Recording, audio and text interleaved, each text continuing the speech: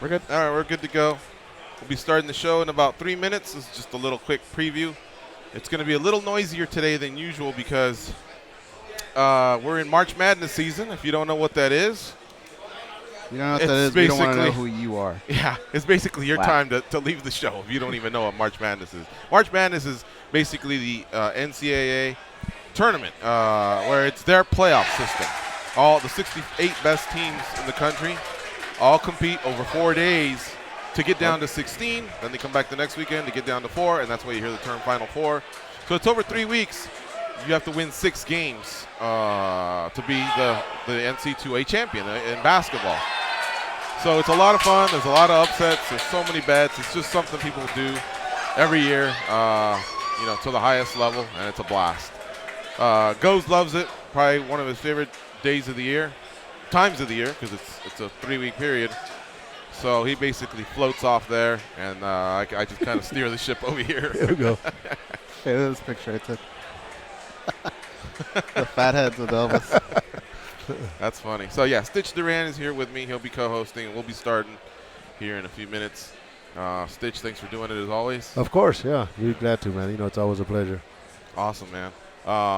What do you have going on this weekend? I'm sure I'll be asking you this during the show. Yeah, Global KO. It's in Jackson Renteria, nice casino up in Northern California. Okay. And, it's your hood. Yeah, it's my hood, man. So it's like going back home. I got family and friends that are coming over. How far north? It's out of Sacramento. It's like an hour and a half drive into the mountains, man. So you're not up there by Eureka or nothing like that? No. It's more the real North Carolina. Yeah, it's up there, man. Yeah, we have friends there. We have Kendra and Mike who live in Humboldt, California. They call into the show. Right. And there's times where I go where they say, hey, I'm going to San Jose or Sacramento. And, come on down and we'll meet up for the fights or something. They're like, all right, well, they want to set plans. And I keep thinking Northern California, it all seems so close, but that's literally like a 5-8 hour drive for them depending on where they're going to hit, So that's how big the state of California is. Yeah, no, it is. I saw them in San Jose for the Bellator, and as a matter of fact, I met their kids. And, Little twins? Yeah, the twins, and they got kicked out of the bar. So they started off young. Yeah. That's funny. Stanford and Berkeley after the two universities out there. Cal Berkeley and Stanford, of course, high institution. All right, Goes. Everything good over here? You disrespected March Madness missing the tip-off. Goes. I had Juliet getting ready, and there's just no removing that woman from the restroom once she gets going. You missed a good 1st to 15. We already hit one. Did I? It was fun. Yeah. And you missed Stitch thinking that he was walking into a surprise party. Yeah, I'm thinking, oh, that was probably the best. Yeah, your birthday's in December, isn't it? What's that? Your birthday's in December. Yeah, so that's why that's why this would have been a surprise. Oh, you walked in with all the people. Coming up at 10. I see 100 people here, and I'm thinking, man, all the junkies are here, man. All right, cool. Where's Big Sam and Buffalo Blue? They're out there. Yeah. This All right, here we Captain go. speaking. We are making our descent into Las Vegas McGarren Airport. On behalf of our crew, we'd like to thank you for flying MMAjunkie Airlines. Now please fasten your seatbelts and put your tray tables in your upright position because the descent is going to be a little bit bumpy. Alright, Junkie Nation, it's time to roll, baby, on MMAjunkie Radio with Gorgeous George and Gold. This is what we doing while we do it, baby. All night long, we rollin'! Yes! The MMAjunkie Radio revolution is upon us. Can you dig it? There's no escape. No escape. Through the vast frontier of cyberspace and through a sea of stars in outer space. One small step for man, one giant leap for mankind. We've solidified our combat communication stranglehold. We are controlling transmission. With the use of MMAjunkie Radio and SiriusXM satellite radio technology. MMAjunkie Radio. Commence transmission.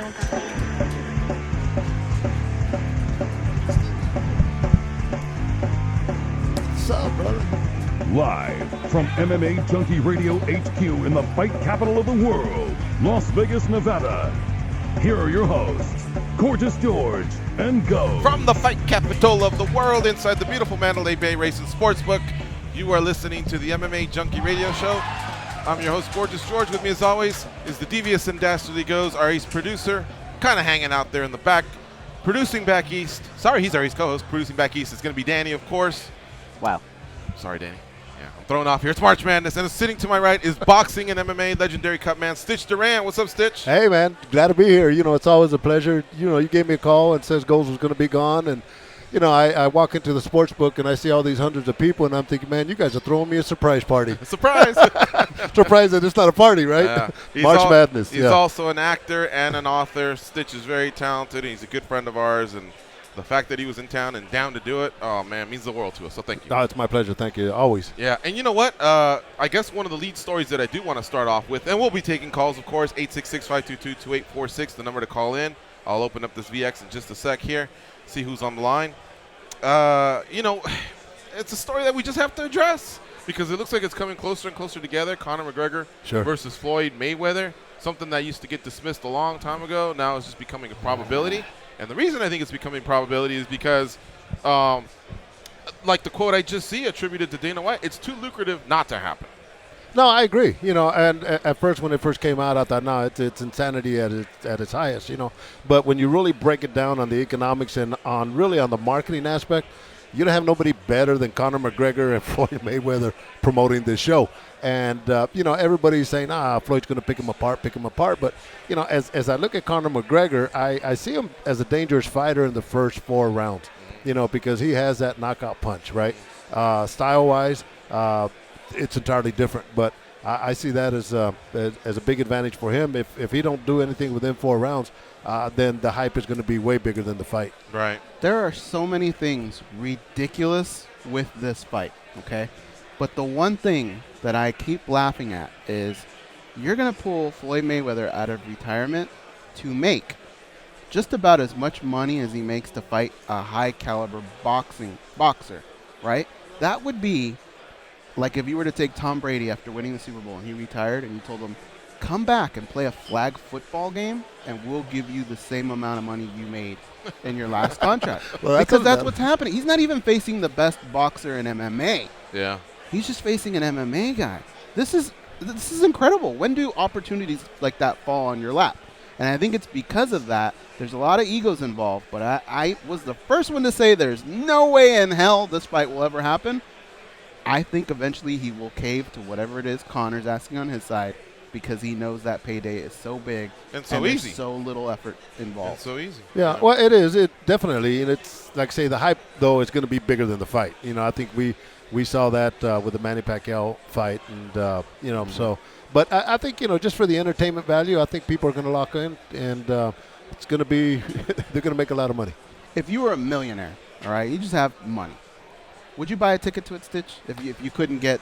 Sure, I think I would. To be there? Yeah, just to be there, just for the entertainment value. I mean, that's really this whole thing. It's the old days when Mike Tyson used to fight here in Las Vegas. You know, the whole casino would be jam-packed with people, even though they didn't have a ticket, but they wanted to be in that environment, and I think it's going to create that. And I think, was it the T-Mobile has June the 10th scheduled as they're saving that date, but personally, I think that's a little too soon. I think, this is a 6-month marketing thing that's going to happen, and but I think you'll see it. And another name that was thrown out, I don't know if you guys had heard that, but my man Nate Diaz was talking about, I don't know if he was talking, some of the rumors that I heard about him and Hector Macho Camacho. And I was up in Mayweather's gym just the other day, and who's in the gym breaking sweat? Hector Macho Camacho. Oh yeah. Yeah. So as you break that down, because it's an entertainment value, right? And as Hector Camacho says, he goes, that's a dangerous fight because they could fight, So, do you put that on the list of some of the fighters on the card? And Anderson and Roy Jones. Anderson and Roy Jones. But you know what would be the all-time gangster move? Yeah. Whatever Conor McGregor says. If he says, I'll do it for $50 million, what if Nate Diaz just popped up and said, I'll do it for 30? How Against crazy, Floyd? Nate Floyd. How crazy would that be? That would be the most gangster move of all time, to punk your rival, Conor McGregor, in that fashion. Yeah, I think, it's a gangster move, but once again, we're talking, this is a marketing. This could be marketing at 101 at its highest level. And I think at this point, on the worldwide scale, Conor McGregor has a little bit more Connor's of the, gonna, he's of the gonna sell voice. more, and Sure. so even though Floyd would appreciate having to write out a $20,000 less check, or $20 million less check, I think he would understand that the pull is too great. Like this could really have so many pay-per-views that you're like, wow, what was I thinking? You know what's gonna sell this fight? It's not the back and forth, the banter, or any of it. It's not their skills. It's the moment when they are face to face. And Conor McGregor is probably gonna shove him or get in his face. That is what's gonna sell this fight, I think. Well, it looks like it's gonna happen at some point. The one thing I did catch myself saying about 3 months ago was, what if Conor put hands on him, What if Conor roughed him up? Blah, blah, blah. But I'm just going to pull away from that. I just think this is a ridiculous matchup. I think Floyd's going to outbox him, make it look easy, and that'll be that, The fact that Conor will get to get paid, great for him. But if you look at it, like Stitch, you were saying Conor has power. Well, so did Canelo. Sure. You know what I mean? And he made him look amateur at times. I don't see it, guys. I don't see there being very much competition here. I think it's going to be a boxing exhibition, and that'll be that. Two men made a lot of money, and I'm sure the UFC will get a piece of their pie, and then we'll all just move on. But it'll bring a lot of eyeballs to our sport. But, boxing will continue to thrive, and that'll be that. I guess it has its use. Well, let's look at worst case scenario. And I say Conor McGregor gets embarrassed, as you say. How does that affect the MMA industry? Because it's always been boxing versus MMA. It won't, because he tried his sport. Yeah. And I think we all know, we don't even need to see it happen. We all know that if Floyd would have come over, it wouldn't go well for him. So I think it'll just be one of those where the guy tried, I think everyone will remember that they just had an opportunity to make some money, so they did it. Yeah. Well, how about in the grappling now when Floyd and Conor McGregor, because Conor McGregor's best chance is to really just bum rush him. And because he has those moves. He has those grappling moves that Floyd is not accustomed to. Do you think that would take Floyd out of his game plan? Maybe for a second, but I think he'd make the adjustments. Yeah. He's already, from what I hear at Mayweather's gym, he's already started to import fighters that can move or at least have that MMA mentality of footwork and what they may want to do, how they can maybe try and rough him up. Just because Conor's he's a bigger guy than Floyd. Sure. Physically, you talked about the stare down, and you're going to see a way taller and bigger and fuller, thicker fighter, than the other guy. Yeah. I think Floyd doesn't get over 153 or 151 or something like that. That's just the most he weighs. Conor walks around as high as 168, 170. The preparation for the fight, when you think about it, Floyd Mayweather could bring in hundreds of guys that look like Conor McGregor and give that feel. There's maybe a handful of people that could match what it would be like to face a Floyd Mayweather, that have those type of skills, that speed, that movement. I think when they're face to face and he throws that first punch and ridiculously misses, like almost a cartoon, he's going to go, what did I do? Well, yeah, and he has to rebound from that and not get frustrated, because that is going to happen. Right. So it's, what does he have up his sleeve? The one thing Conor is, as far as he's a combat sports genius, he will have plans for not only talking smack, building the fight, but when the fight happens, there'll be a plan A, plan B, plan C. I think he's got a big enough ego to think, well, I can box with him for a little while, but then he'll realize that's not going to go. And then there might be the plan B, which I'm calling the Victor Ortiz plan. No. And that's a little bit of roughing him up, you know what I mean? Even if he has to take a point or get a warning, but maybe some sort of an MMA move, like a shoulder or something like that. I don't think he goes so far as to do a headbutt or anything directly illegal like that, but some way to rough him up, And then, of course, plan C could be something as ridiculous as a leg kick. Either just waving the towel right there and saying, pay me my money, in front of everyone, or a leg kick, or who knows, something that disqualifies him. But I think Floyd is as we talk about it and others talk about it, I think Floyd's going to be smart. I think the contract's going to say, hey, listen, man, no funny business. Because if there is funny business, guess what? That check gets subtracted. Yeah, I agree. You know what I mean? That's a good point. That's how he protects himself. And I think that's important for him to do that, because in your most embarrassing moment in your life, it didn't happen in front of millions of people. When you're embarrassed, it's when you do stupid shit. And a guy like Conor McGregor is probably not going to take well to being embarrassed by a boxer. That's where you look for ways out. That's where you go, well, fuck, if I throw a leg kick, I can get the hell out of here, and I'm still going to get my money. Right. So that contract has to be I think that's a good point. ironclad. Yeah, I think that's a good point. Another thing is, the UFC supplies cutmen for the MMA fighters in the UFC, but McGregor's going on his own. So he's going to need a cut man. In fact, he's going to need a cut man. You know. Do we know any? You know any? Yeah. Just throwing it out. Yeah, no, that'd be great for you to be a part of that. June 10th is the rumor. As far as Anderson and Roy Jones, Anderson's already slated to fight 1 week before in Rio de Janeiro. Now, could he turn it around in box? I suppose anything's possible, but I would say that's why this will probably be isolated, and I don't know about Diaz and Camacho and Anderson and Roy Jones. I think it'll be just these two, and there will be a boxing match. It will be a boxing event. How it'll all go down, I don't know if it'll be Mayweather Promotions in conjunction with the UFC, but somehow the UFC will be, I think they'll make themselves known that they had a hand in this. If I had to guess, I think Mayweather Promotions would just give them a check that would make them happy to step aside. Yeah? Yeah. Okay. Maybe. I don't know. All this speculation's kind of fun, you know. We have 2 hours to fill, so we can go in any direction with it. What do you think might happen? And if the fight happens, what do you think will happen on fight night? 866-522-2846. I'll still stand by the fact, and I'll close my end with this. I just think that if the fight happens, if it goes down, if these two warriors do come out and meet with, 10 ounce, 8 ounce, whatever gloves they agree on, all that's going to be argued, by the way. Sure. It will be a boxing exhibition.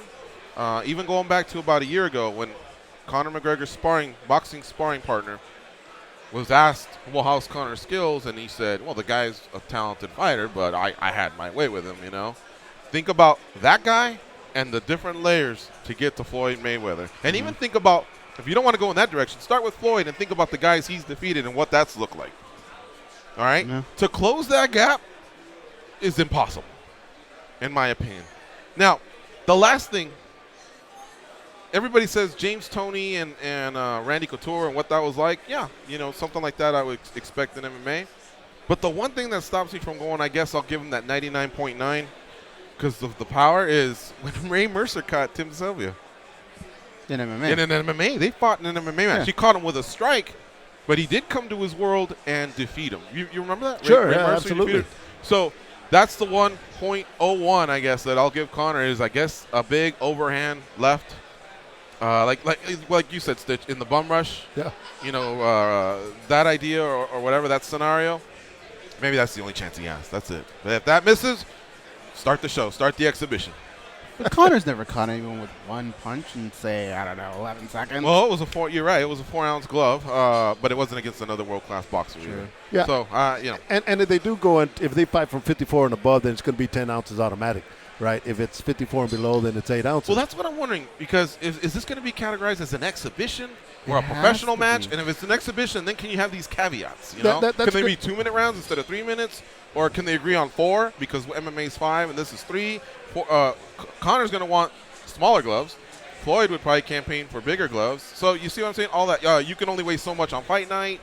All that I think is going to be agreed on. And there's going to be a clash of egos along the way. One guy's going to give in here or there. But at the end of the day, I guess if you have enough zeros behind it, you'll pretty much agree to anything. Yeah, no, McGregor has a boxing license, right, in California. So these are under the rules of boxing, especially in Nevada. So it's going to be a 10-round fight, I would think. It's going to be 3 rounds. It's going to be a boxing show. So 3 minutes, 10 rounds. Yeah, Okay. absolutely. So I don't think it'll be no different than that. And it shouldn't be no different. McGregor is coming into Mayweather's world, and that's the way it is. But, you remember Muhammad Ali took that time off, came back and won the world title. Floyd is such a disciplined fighter that he hasn't lost anything. So I don't expect him to skip a beat at all. He doesn't drink. He doesn't really party that much. I mean, it's not like you could say, maybe that took over. The guy is disciplined. So on that night, let's just say you're by yourself that night. Okay. You didn't get a ticket to the fight. Nobody invited you. You're just a hermit. Would you pay the $99.99? Because it'll be a high price. Right. Would you pay that and say, fuck it, I'm already at home. I can't miss this?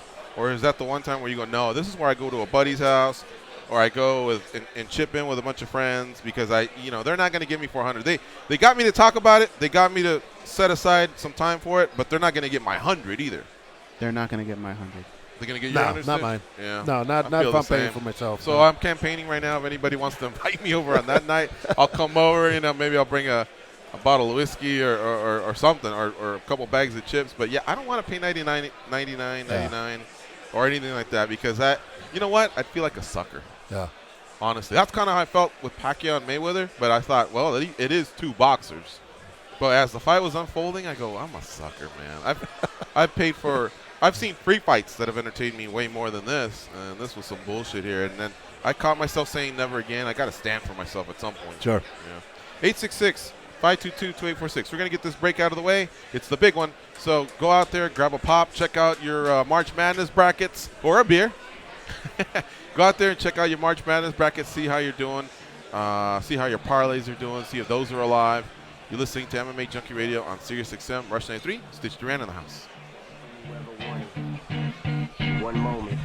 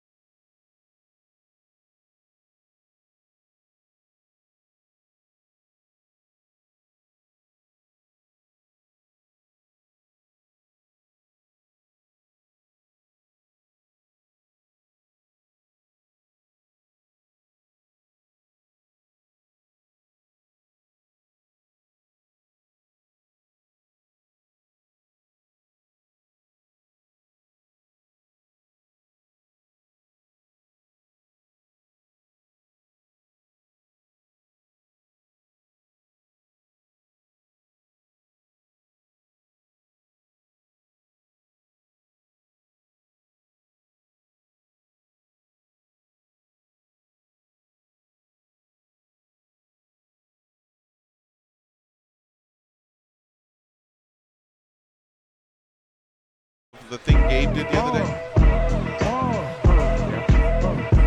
Charm, compassion, common sense. These guys have none of that. You listen to them, so you're no better.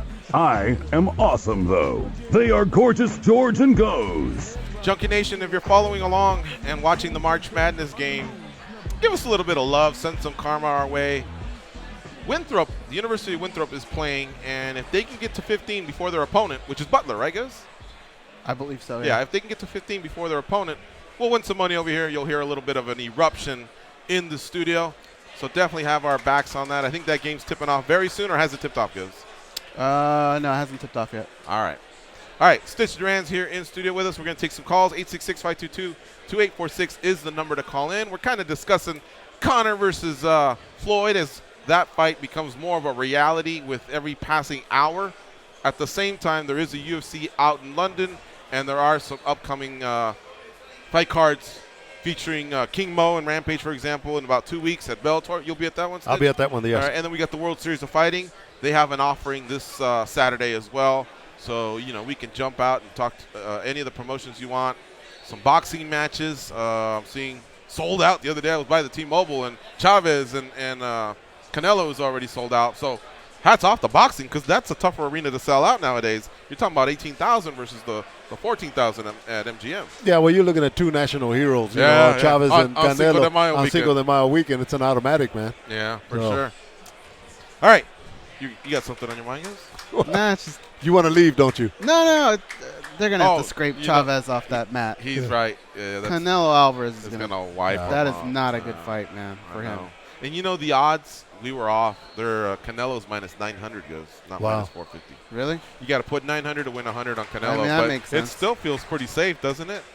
Yeah. I'm just not too impressed with Chavez Jr.'s skills, Stitch. Well, his skill, I remember when he started fighting, making his debuts, he fought at the Aladdin, used to be the Aladdin, right?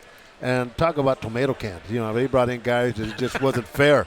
But as his skills got better, as he fought Fanfare and all that, his skills got better. But he's just not as dedicated as Canelo, and that's really the whole making of this his whole life game. was privileged because of his dad's success Absolutely. and his fortunes. And I think there has to be something about the struggle, I guess. Sure. I mean, that's not to say that no one's not ever accomplished that, but there has to be, I think, something for that struggle. I think that's kind of what toughens you up as a kid, as a teenager, as a young man, as an adult. And I think he got there a little late. His skills did improve. Yeah. But Canelo, man, that guy's been doing this since he was a little kid, and he's had it rough. Now, of course, he's enjoying it, Sure. the fruits of his labor. But I'm not so sure Junior enjoys what he does. I think that's the problem. And you the look at pressures, Julio Cesar Chavez the pressures Sr., as well. he loved what he did. Yeah. He loved landing them body shots. Junior just looks like he's there because that's what he's supposed to do, and he can make some money at it. But I don't think he has the love that his father had. No, I agree. And, the first world title fight I worked in boxing was Tony the Tiger Lopez. I worked with him out of Sacramento against Julio Cesar Chavez in Monterrey, Mexico. Something like 50,000 people in a baseball stadium. Talk about what a way to start, my whole career in the championship levels. Yeah. Damn. Yeah, that was big. Yeah. All right. Well, let's get to the phone calls here. Again, if you want to join the party, it's 866-522-2846. We'll start off with Jersey Mike. What's up, Mike? Not too much. What's going on, guys? Not much, man. What's up, Mike? I think all this McGregor talk and with the March Madness going on, it's really overshadowing this week's card. I think there's some fun fights on this Fight Pass card. Manawa and Anderson. If you go back, Anderson's been calling out Manawa after every single one of his fights for the past maybe year and a half. And he's a quiet guy, so people don't really read into it much. And Joban and Nelson, that's going to be a fun one. But I want to know what you guys think about that card. Is it getting enough love or no?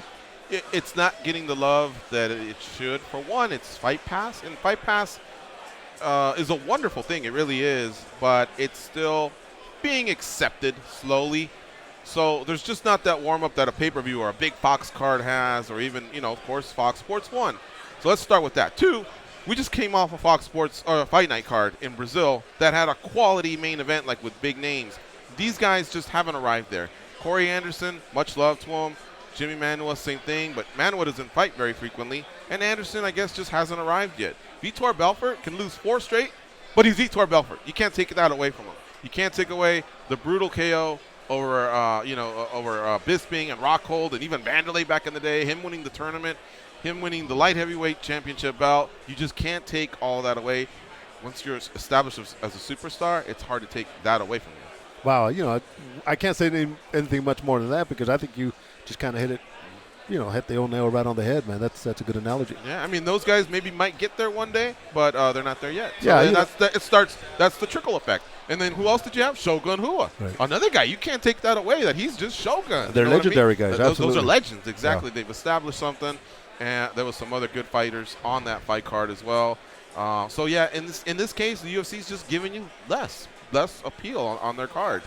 Yeah, as you break it down like you do in boxing, you have A fighters, B fighters, C fighters, D fighters. Yeah. Where do these guys fit? Do they fall into the high B level category I would type say of fighter? they're still C's, yeah. Yeah, They're even C's, yeah. I'm not even sure they're B's. There's a guy like, for example, Diego Sanchez, who will probably be looked at as a great fighter because of his performances. I'm not sure a legend, though, because, there was never really a strap to go along with it.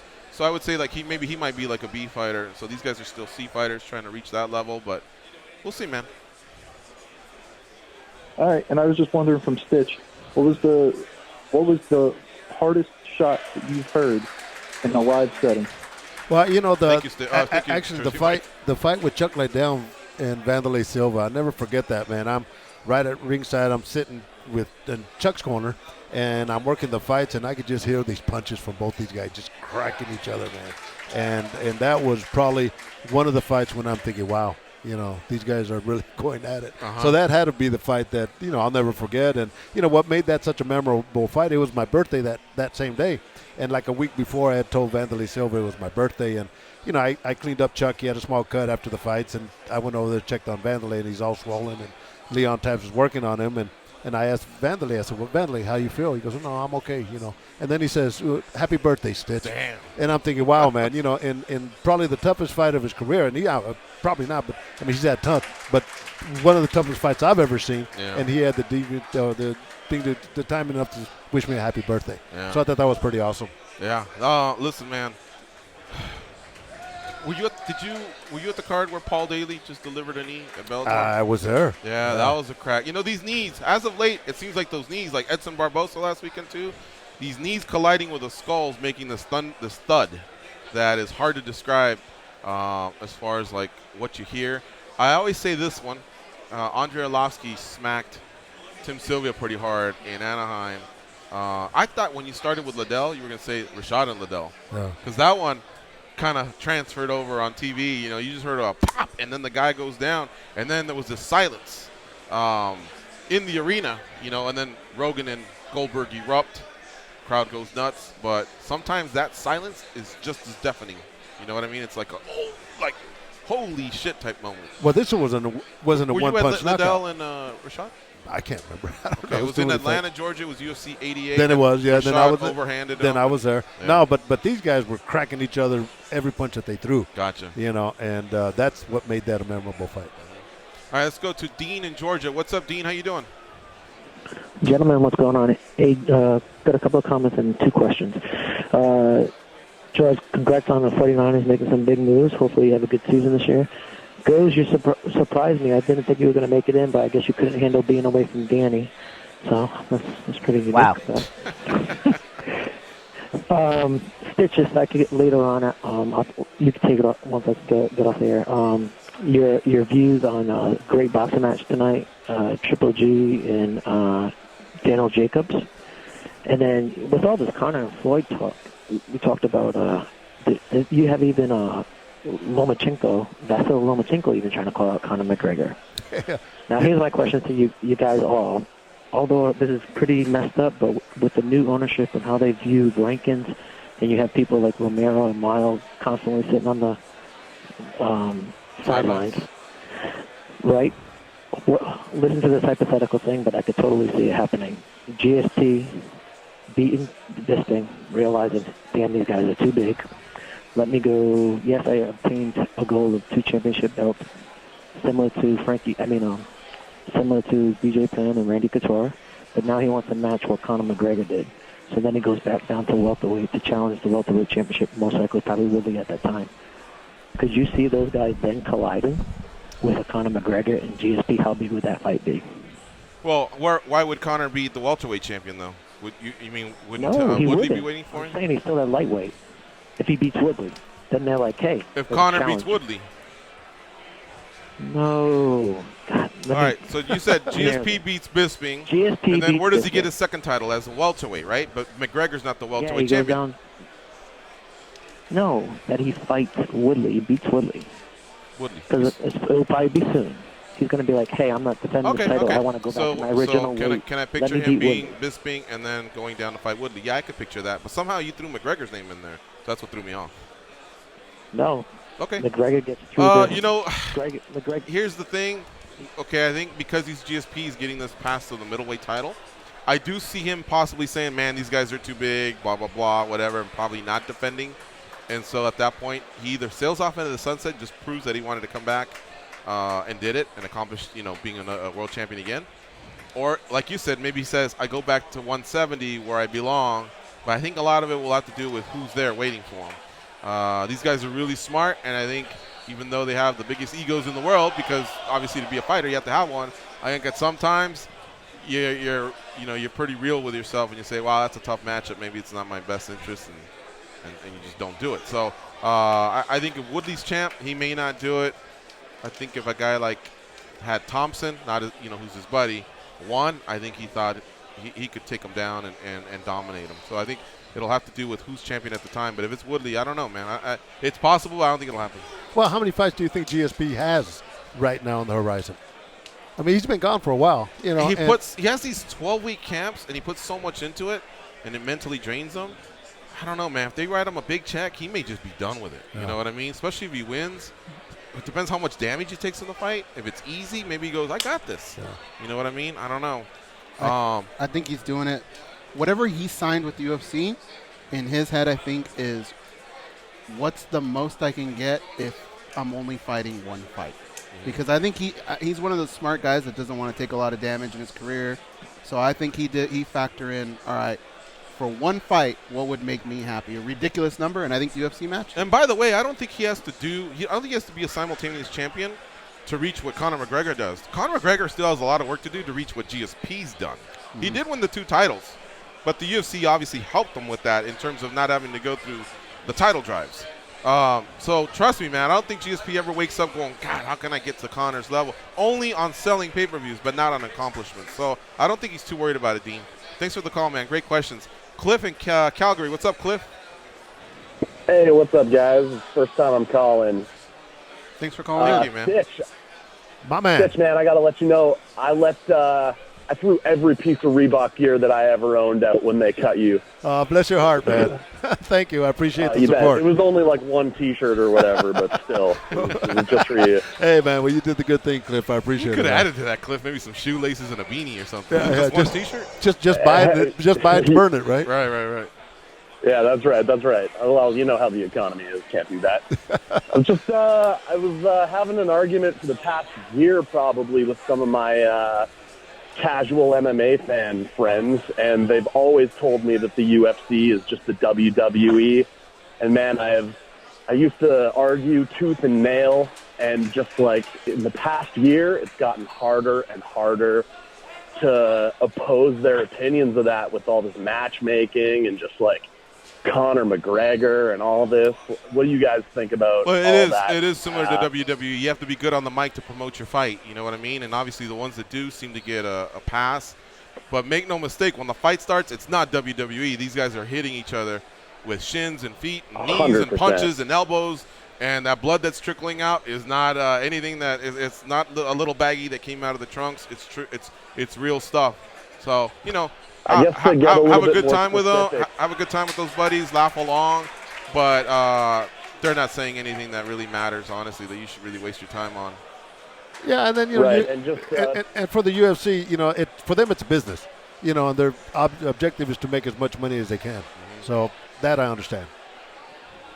And it also used to be like the UFC is like top matchmaking all the time. Do you guys think in 5 years it's going to be the best of the best in the UFC, or is it going to switch over? I think we're going through a phase. I think WME IMG has a lot of money to recover because they paid $4.2 billion to the Fertitta brothers. So I think they just have to put the best fights possible. They're going to put some interim titles, anything that generates revenue. And I think at the same time, they're also grooming many great fighters who at some point they're going to realize we have to have these belts have to mean something, and the quest to get to the belt has to mean something. So you have to fight, a top 20 guy and a top 15 guy, and top 10, top 5, and the contender match, and then obviously you finish up with a world title fight. So there has to be that quest for the title. I think they'll bring that back. Thanks a lot, guys. I'll see you when my Raiders are in Vegas. All right, my man, the Raider fan. He's going to be on a cliff. He's a Raiders fan. One more. Brandon from Louisville. What's up, Brandon? Hey, gentlemen. How you doing today? Good, and you? Hanging in there. So Conor and Floyd looks like it's going to happen. I mean, they're beating around the bush, but let's face it, it's going to happen. Question with you, boxing contract-wise. Conor's going to get paid in full no matter what, right? There's no win bonus. There's no... No, yeah, it'll be straight up, yeah. Yeah. How much should Floyd be worried that 4 or 5 rounds into it, Conor just goes, F it, throws a double leg? I mean, what does he really have to lose? What does he have to lose? What we were saying earlier was we think the Mayweather team will prepare for that, and I think they'll make it known in the contract that any type of shenanigans definitely takes money off of his purse. That being said, though, once the bell rings and the fight's over, might see something like that. Never know. Yeah, perhaps, but the one thing about boxing is the entourage is a little bit bigger, and so there'll be some backup there. So I don't know. I don't know that the double will really do much at that point. Yeah, it'd be interesting, but talk about a major twist in the game, right? Yeah. Way I see it, it works great.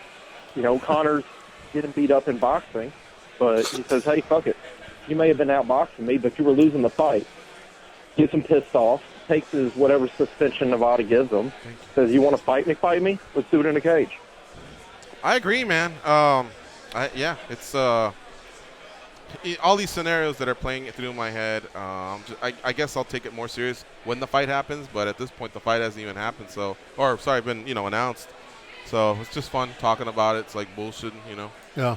It's like bullshitting with your friends drinking beers. And water. Real quick. Stitch. A couple weeks ago, you were on the show, and I told you I was going to read your book on the airplane. Right.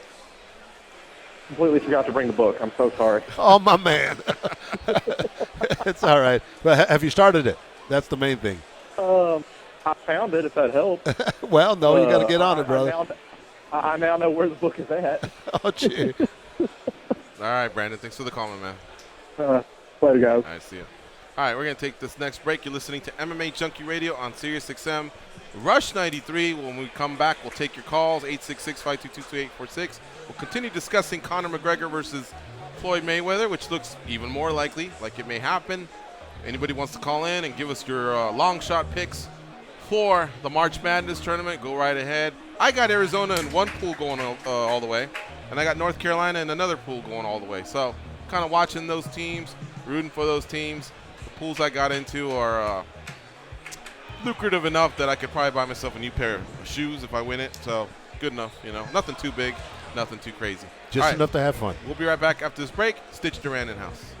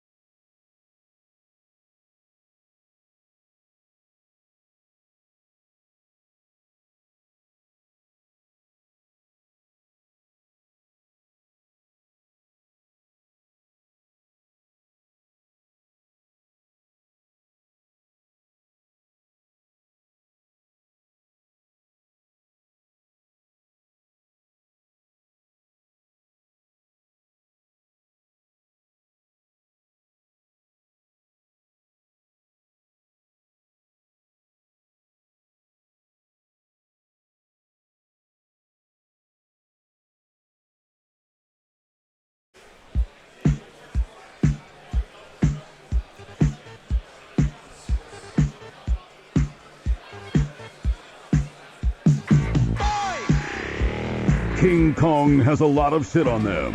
Like a lot, especially Goes. Here are Gorgeous George and Goes. All right, we're back. Don't forget, we broadcast live from the Mandalay Bay Racing Sportsbook. If you ever want to stay here, go to the MandalayBay.com website or follow them on their social media fronts of Facebook, Twitter, and Instagram.com. Let them know the @MMAjunkie Radio guys sent you. That's our Twitter handle and Instagram, @MMAJunkieGeorge for me, @TheGoes for Goes, @StitchDuran for Stitch Duran. Which one of those you enjoy the most? Facebook, Twitter, or Instagram? Well, I like them all, and the 86ers are, they're my sponsors. They've made some great shirts for me, and now they're handling my social media and all that. But, they're a lot better at it than I am. I know Carla's saying, my daughter Carla's saying, Dad, don't be putting so much stuff out there. But they're doing a great job with, the Rebellion Begins Today shirt. And now they just came out with one that says UFC me now. And, so they're doing a good job. But no, I stay on Facebook and try to read up as much as I can on that. You chime in a lot with people. As long as they tag you and you got the time, you enjoy the conversation. Yeah, I try to respond to them, and some people say, man, is that really you? Yeah, it is me, and I enjoy the fans, and the fans are the ones that made me. But let me add real quick, I think it was Clifford Dean brought up Lomachenko and Conor McGregor. If that fight was to ever happen, and it's never going to happen, Lomachenko would knock him out, no doubt about it. And Triple G fighting Daniel Jacobs, it's tough to go against Triple G. It is, man. It's tough to go against Triple G finishing. He really goes after it. Even all 36 minutes, he's going after you. You know what I mean? Tremendous and I think that's part of the aura of Triple G and why people enjoy watching Triple G fight is because he's out there trying to finish.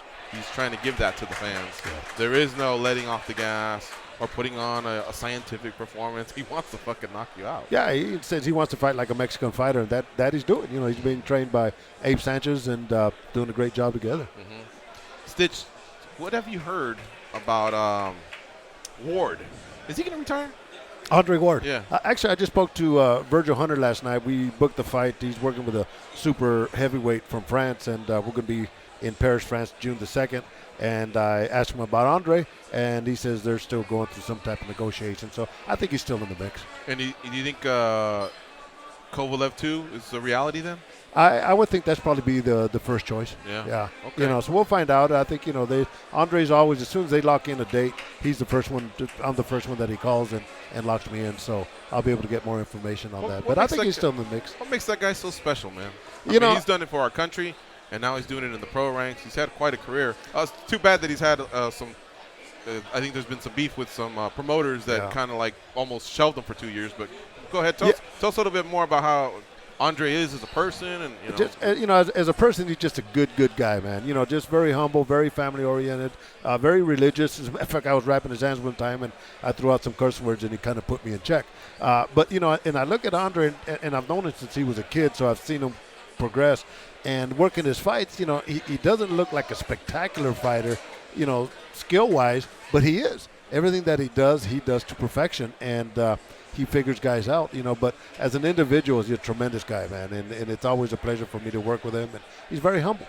No entourage or anything like that. He's a family man, and but he trains, and whenever he came in to Vegas for the Kovalev fight, I spent that 1 week wrapping his hands every day and all that, and for him it was 100% business all the way. No joking around, just takes it quite serious. He gets in that fight phase. Win or lose, Kovalev and him, they brought something out of each other, and I think they lifted the profile of each other. Even if Kovalev had won, I thought Ward he's too great of a fighter to be ignored all these years, to not be referred to as a great fighter, but that fight brought something out of him. He did get out of there with the win, but you know how two fighters run into each other, and then they realize, we needed each other. Sure. And then they both continue on, and whoever wins the rematch or part 3, whatever, good for them, but there's just Arguello and Pryor. Aaron Pryor, you know what I mean? Chael and Anderson. Anderson wasn't the biggest star. I mean, he was great, but I thought he became a star when Chael pulled it out of him. You have to have a dance partner. No, exactly. And, when Andre got dropped, by Kovalev, that was probably the best thing that ever happened to him because he took that monkey off of his back. And, I expect to see a lot more confident Andre Ward. You're headed towards Manchester, what, in less than a month? It's London. Oh, London. Yeah, Okay. yeah, Wembley. April the 29th. You know, actually, I go to I'm missing the Andre Berto-Sean Porter fight, which is going to be a great fight because my daughter Carla is getting married on the 26th on Wednesday. So we'll be there, you know, from Saturday, Sunday, all the way up to there. But Vladimir Klitschko's fighting on the 29th. So the day after Carla's wedding, I fly out of Crete straight to London and work that fight and then fly home.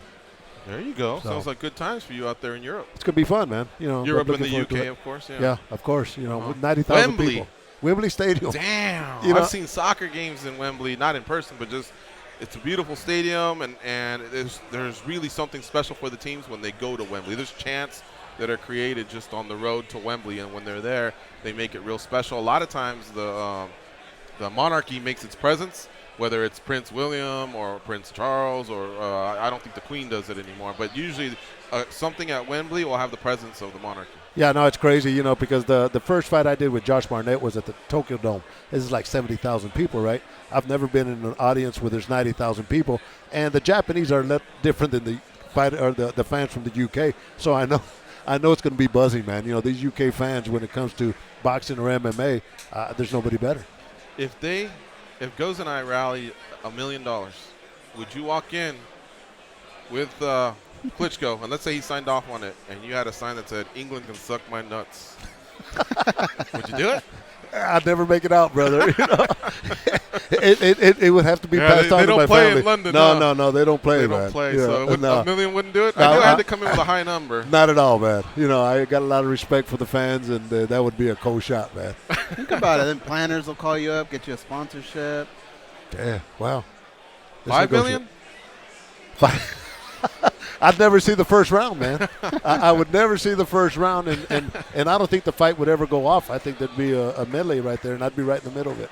And I would lose. You're pretty good at the Photoshop. Can you make that sign? Just see what it would look like. England can suck my nuts. Yeah, aren't you pretty good at that? Or? No, I don't. No? Okay. I don't have those skills. I want to see. Yeah, that's a cold shot, brother. All right, next. Yeah, no. We have some listeners in the UK, a lot of them, and they're good people. So yeah, obviously absolutely. We're playing around here, man. We're joking, having a good time with Stitch Duran in studio. Goz, you made any money yet, by the way? Yeah, I've actually done pretty well. Have you? Yeah, except for that stupid-ass bet that we just put in. Winthrop? Uh-huh. Oh, yeah. So what was the score? Like 15-4, 15-13? 15, probably 10, I think. 15-10. Like that. So yeah. we were in it, but sort of. Yeah. So it's a good thing I didn't put my $20 in, right? Yeah. Yeah. That's why you don't gamble. That's why I don't gamble. Yeah. Damn. When's the next one? Not for a while. Really? Yeah. I thought March Madness goes all day. Well, I mean, because they got 3 going on right now. Oh. Any games getting ready to wrap up? Are some teams Notre March Madness Dame. about to end? Yeah, Princeton's run, I think, is about to end. Is it? Uh-huh. All right. 866-522-2846 is the number to call in. There is a UFC on Saturday. There's also a World Series of Fighting. The UFC is on its Fight Pass, and it's got a headliner of Jimmy Manuwa versus Corey Anderson. And then you got the World Series of Fighting being headlined by Blagoy Ivanov versus Sean Jordan, and that's taking place in Verona, New York, at the what's that place? Turning Stone. Turning Stone. You been there? I've been there with Livingstone Bramble. Oh, nice yeah. shit. Yeah, but I'm glad I'm not How long going ago there. was that? Oh, that was years ago. You know, as a matter of fact. Well, I'm hearing it's a really beautiful place. It is. It's a nice place, and I think Oneida. You know, the knives and forks and spoons, Oneida. I think that they're based out of that area. Really? Oh, yeah. But yeah, I gave that up. Actually, I'll be up in Northern California at the Jackson Renteria for Global KO. They booked me like 2 months before the World Series of Fighting, so I'll be there instead.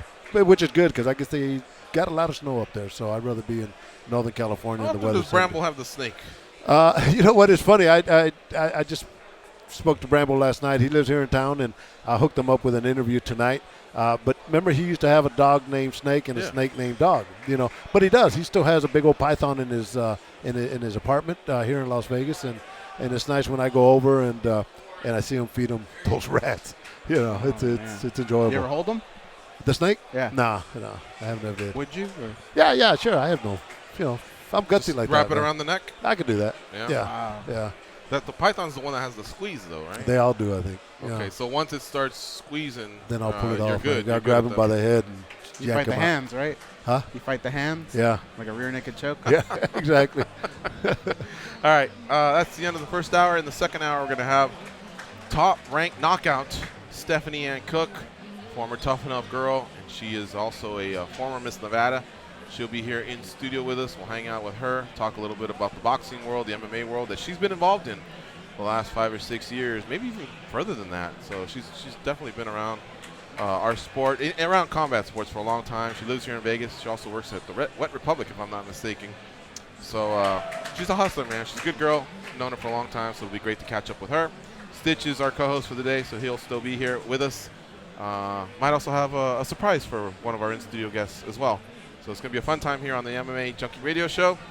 Give us a few minutes. We are going to pay some bills, and then we'll be right back in your Thursday Lives. See you soon. Viva Las Vegas. Viva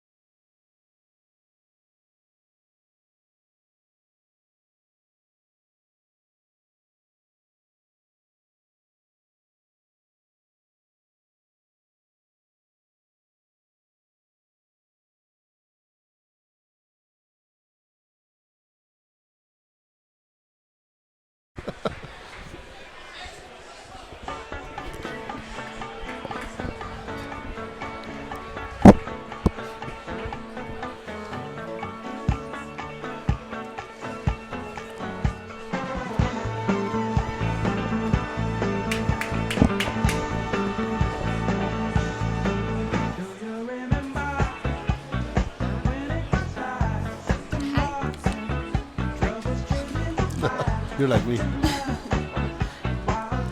I'm absolutely furious at the three of you right now. How do you hear this song and not dance to this? I did a minute ago. I was like, Yeah, you did a little. They got it. They got my leg going. Okay, all right. You got rhythm, Stitch? I have some rhythm. Yeah? All Yeah, of right. course.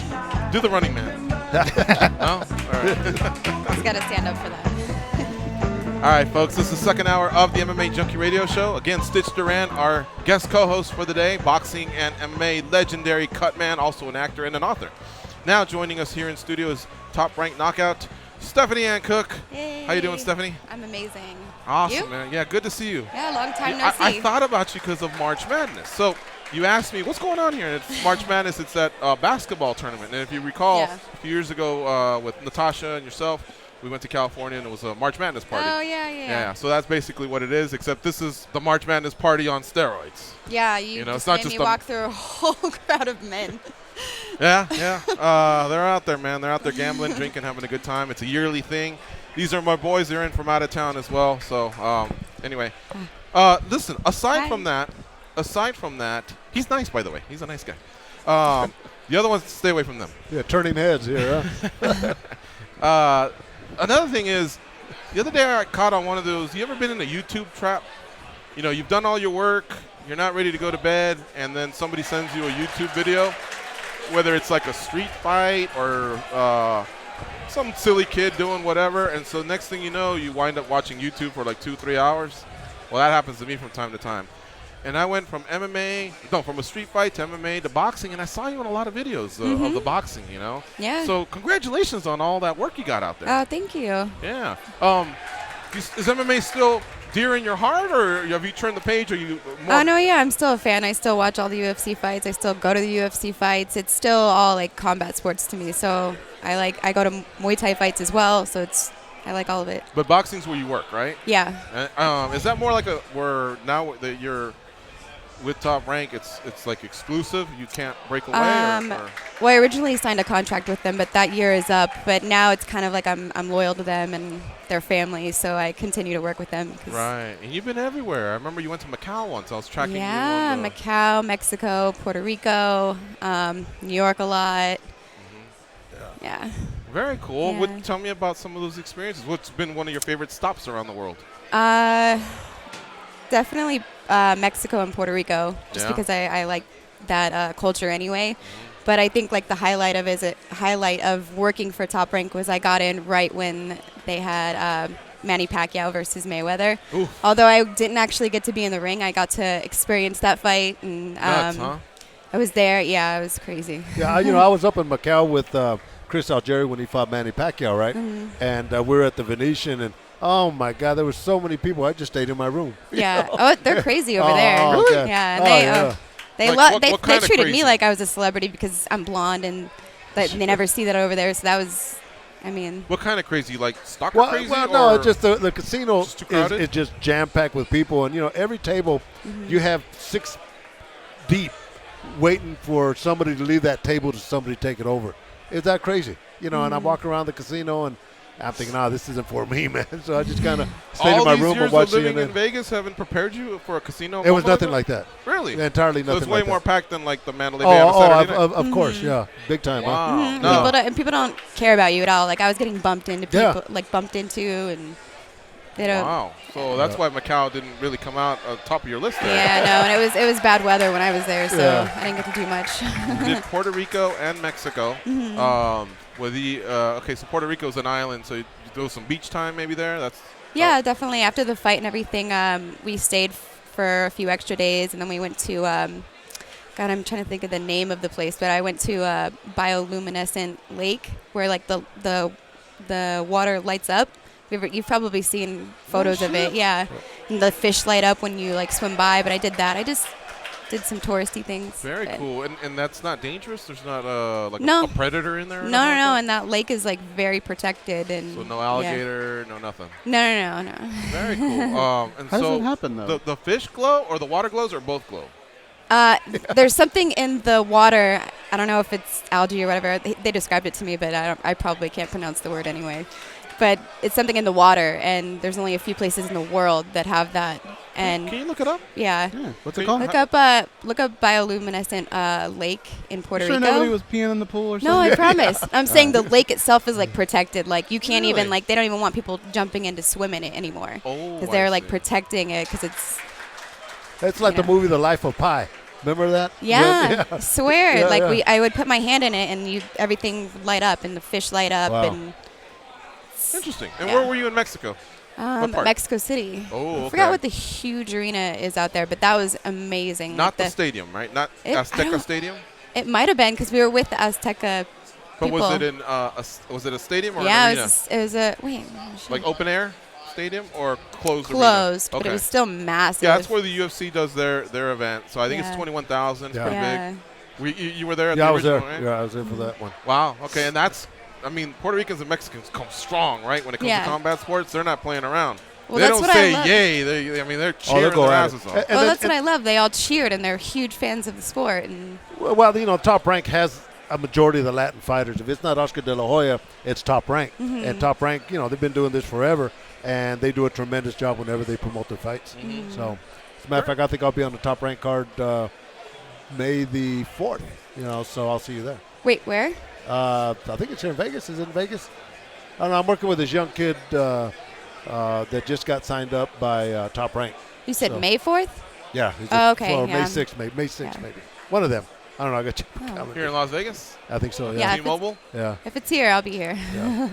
Very cool, man. All right. Yeah. Tell me the differences between an MMA crowd and a boxing crowd, as far as pertaining to your job. God, I don't know.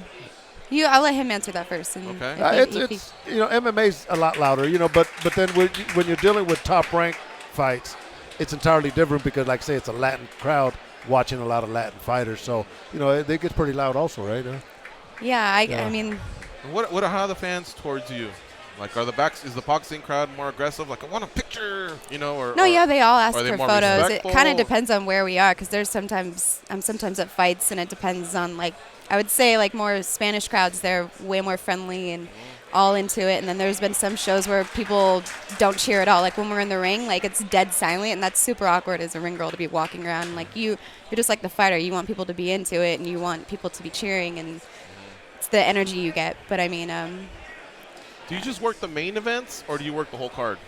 usually the whole card, but they kind of, like, rotate girls every now and then.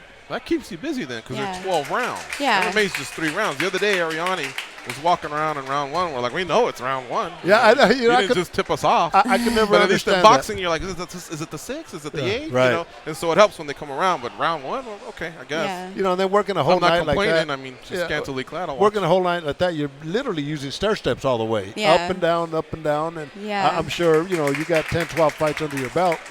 3 rounds going up to 10, 12 rounds. It's a whole lot of stair steps. Yeah, that's why Exercising we all don't the way. mind when they have extra ring girls, because we don't want to go up constantly. They're like, they just saw me. They don't want to fucking see me again. Yeah. Like, Rotate. Oh, Yeah. really? I thought you would want as many rounds as possible. No, we get tired. Yeah, you get paid the same, right? Yeah, I'm like, we want to be in there for like the main ones and get on TV. To be honest, Can you but hear these pigs yelling like, and whatever? And yeah. marry me and all. You can hear it all. Yeah. We like to play around with the crowd too. I guess for boxing ring girls, we're allowed to. So we literally them a wink or something? We'll wink or blow kisses or like look down at people and like wave. And that's do you what our particularly look for a good-looking dude and give him the special no, wink, or you'll do it to anyone? yeah, I'll kind of like look out and pretend I'm looking at You know how somebody. many people go home going, she winked at me, man? Oh, yeah, no, absolutely. Yeah. Yeah. Where the green girls come out of the arena, you know, so I can give her my number or something like that. Yeah. So do the Latin fans call you La Güera? I've heard that, yeah. Yeah, I'm sure that's better. Okay, so do you still get nervous at all when you're doing this? Because remember the World MMA Awards? Yeah. The most nerve-wracking thing of that wasn't whether or not we won or lost. It was going up those 8 stairs. Yeah. We walk stairs every day, but for some reason when other people are watching you, it's the scariest thing But of can you all clarify? Because we went up those stairs 5 times. Yeah, 5 times. Which one All of those 5 was the times were pretty scariest? scary. Did you win 5 awards? I didn't get to go, but Yeah. Oh. We play around at MMA Junkie. Yeah. We do Congrats! not play This around. is a big upgrade from. Oh, this is big. Thank you. It's been a while Big since we've time. seen you. Yeah. Yeah, but are is you it nervous in still- those moments? Yeah. No, I still get nervous. Yeah. last Pacquiao fight was crazy too, because the crowd is just so massive, and then you have a ton of celebrities like Floyd Mayweather was sitting down there at the last Pacquiao fight. Still, like I'm always nervous. Is it nervous or is it adrenaline or both? It's probably both. Then, yeah. That's what makes it fun is the adrenaline. You know, when the fights start and the fans are yelling and you're right in the mix. Mm-hmm. You know, there's nothing like it. Standing behind Michael Buffer. That's always. There we go. It's always nerve-wracking. Have you ever had one of those embarrassing moments? The card's upside down or a trip or No, anything there was. like that? I think the last. I forgot. It was a big fight, but a camera hit me in the back of the head, and I was like standing there smiling, but I had to act like it didn't hit me. And still, someone sent me a message on the internet afterward, or the Instagram or something. I was like, saw the camera hit you in the head, and I'm just like, yeah, whatever. It's gonna happen if it's so crowded in the ring. No, but I acted like it didn't hit me. I kept smiling. And you know what? I've seen some embarrassing moments with ring girls is they walk into a ring, right, and you have the mats that's cushioned, and they have high heels. Yeah. And they're over there, and they're tripping, and they're falling, and all that. And that has to be an embarrassing moment. Oh, we're so lucky we don't have to wear heels. We wear these like sneaker wedges, so we're a little bit better off. Yeah.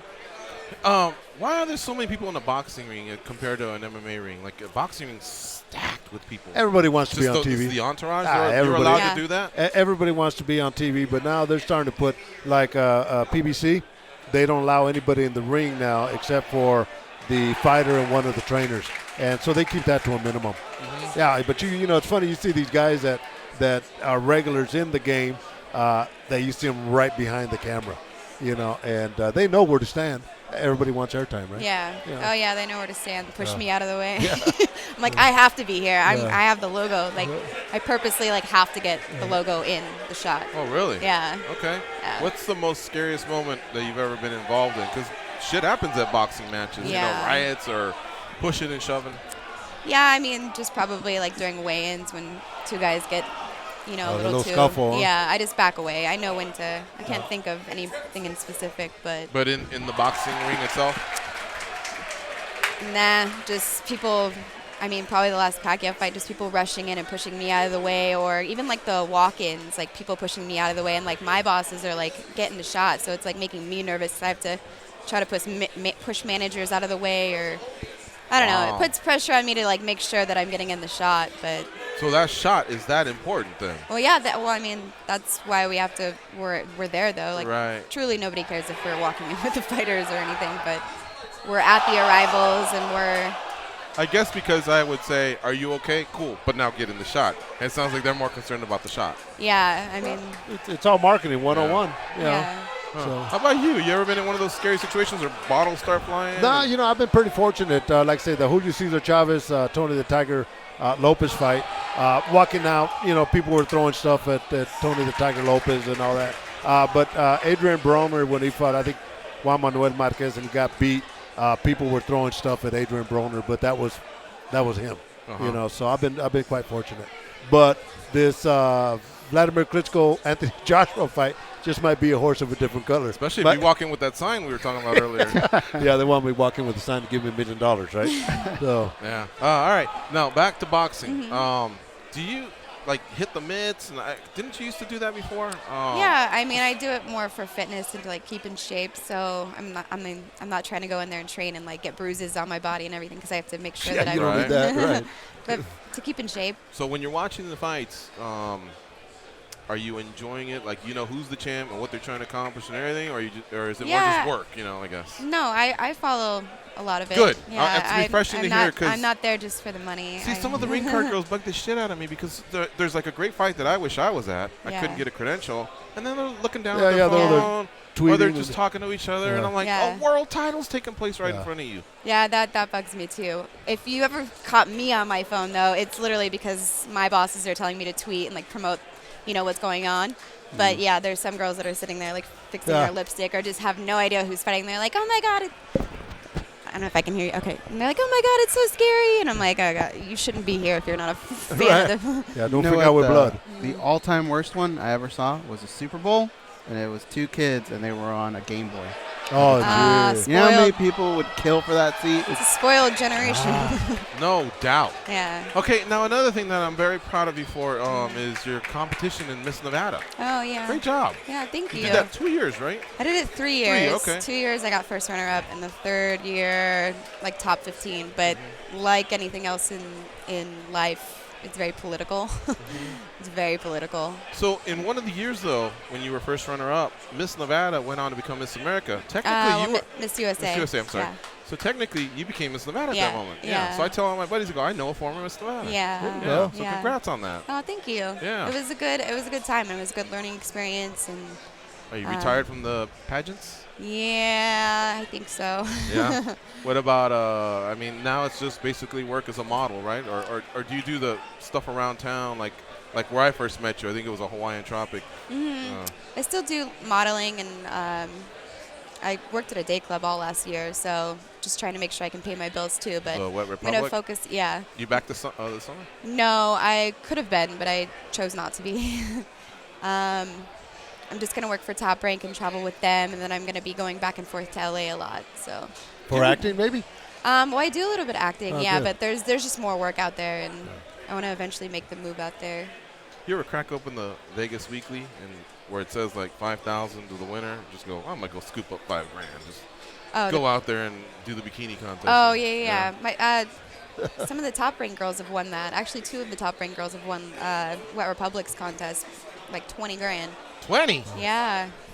A lot of money. Start doing your exercise, George. Well, no, I'm out. Yeah, I'm retired from that as well.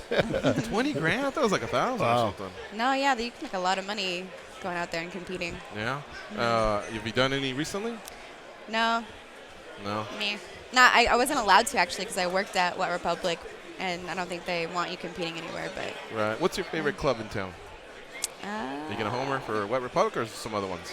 I like Excess. That's still one of the top ones. Omnia, the layout in there is amazing. So if you've ever been in there, it's huge, massive. They put tons of money into that. That's at the Caesars, right? Yeah.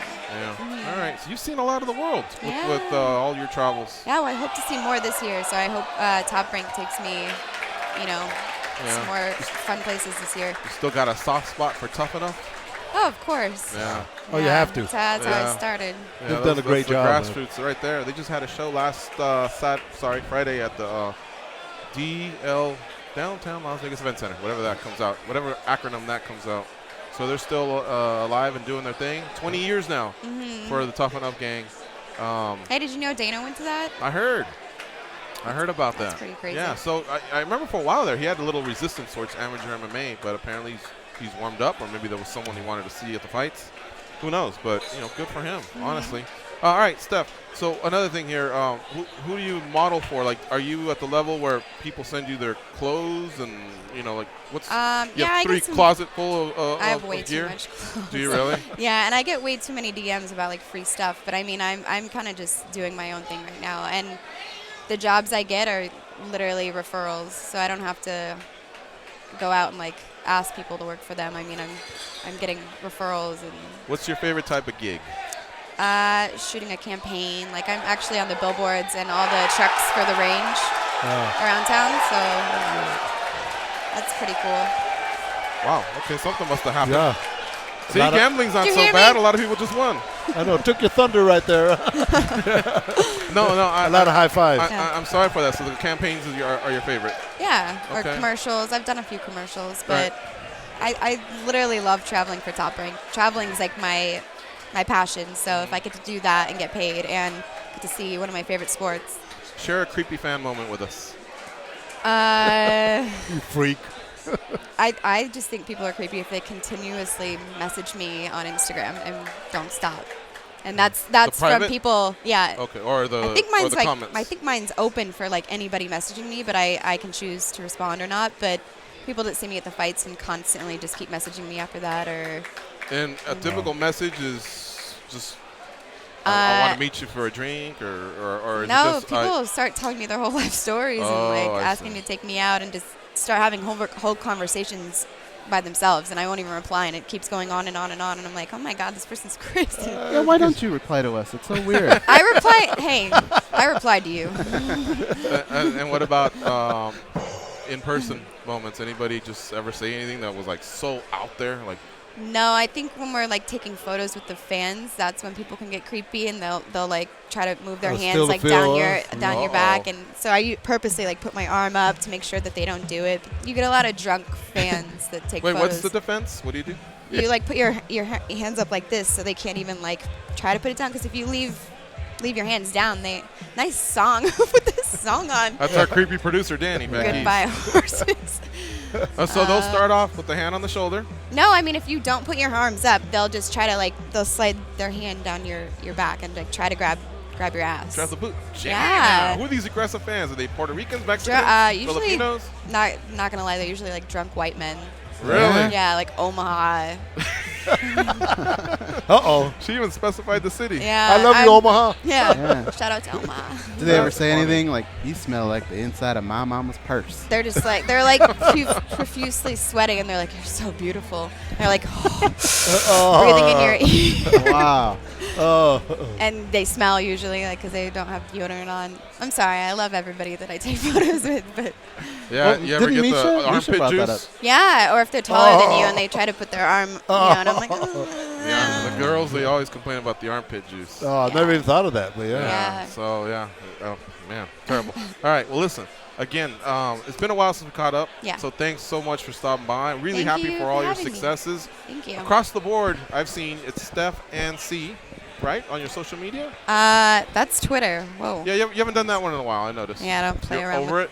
It's mainly, I feel like Twitter is like a business You're thing now. Instagram more. Instagram, yeah. So it's at Steph and Cook.